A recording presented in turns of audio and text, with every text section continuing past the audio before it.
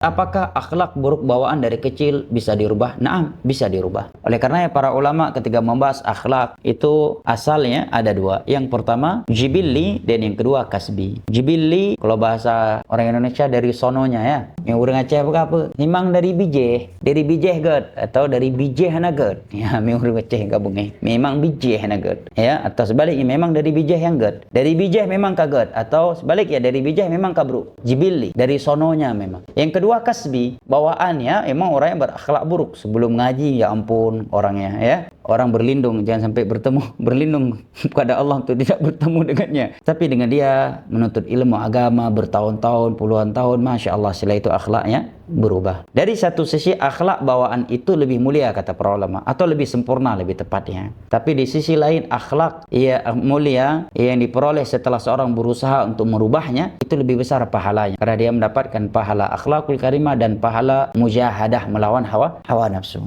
Apa dalil bahwa akhlak buruk bawaan kecil itu bisa dirubah? Jawabannya simple, adalah adanya anjuran dari agama untuk berakhlakul karimah. Andai kata akhlakul karimah itu sesuatu yang tidak bisa dirubah, maka tidak akan ada perintah dan anjuran berakhlakul karimah dalam agama kita ini. Barakallahu fiik.